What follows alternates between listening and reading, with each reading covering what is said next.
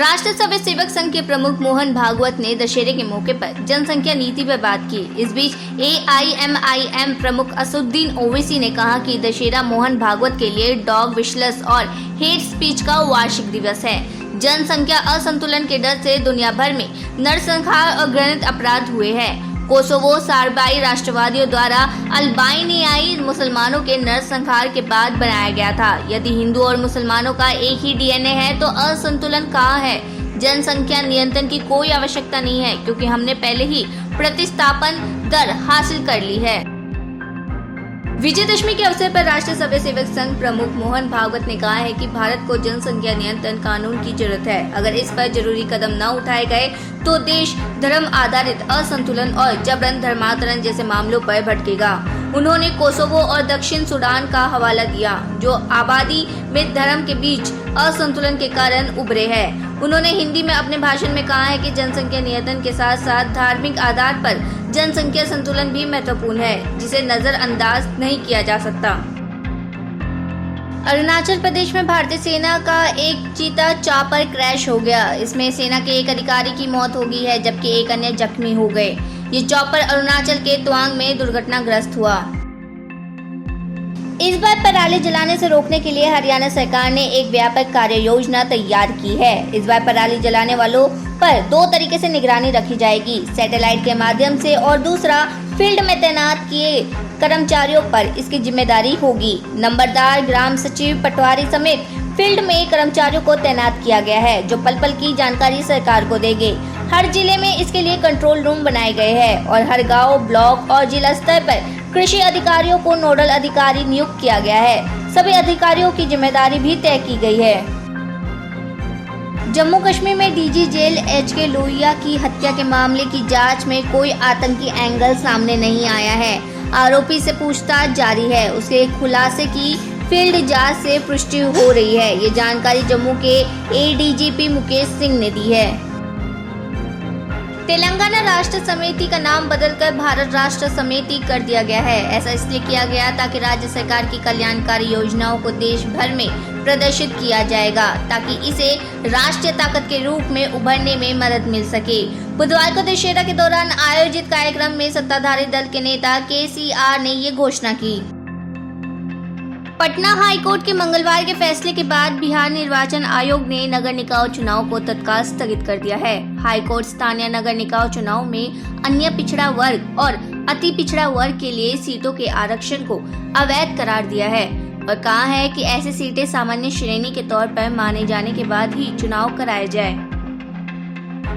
रूस के आक्रमण पर पूर्ण विराम लगाने के लिए टेस्ला के मुख्य कार्यकारी अधिकारी एलन मस्क द्वारा विवाद जानकारी प्रस्ताव देने पर उनका यूक्रेन के राष्ट्रपति जेलेंस्की के साथ ट्विटर पर वाक युद्ध छिड़ गया है।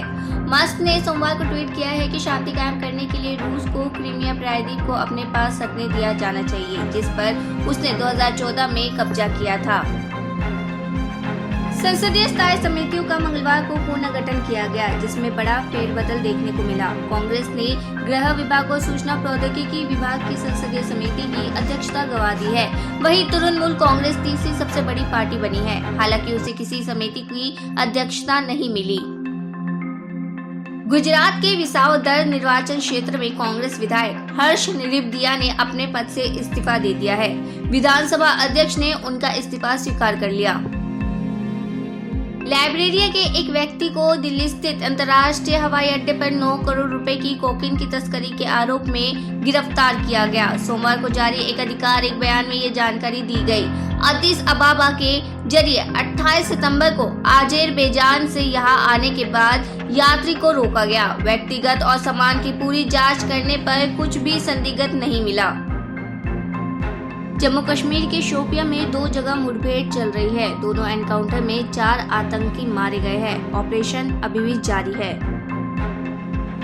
महाराष्ट्र के नागपुर में दशहरे के मौके पर RSS का कार्यक्रम चला। RSS प्रमुख मोहन भागवत, केंद्रीय मंत्री नितिन गडकरी और डिप्टी CM देवेंद्र फडणवीस मौजूद रहे। माउंट एवरेस्ट पर चढ़ने वाली पहली महिला संतोष यादव मुख्य अतिथि रही।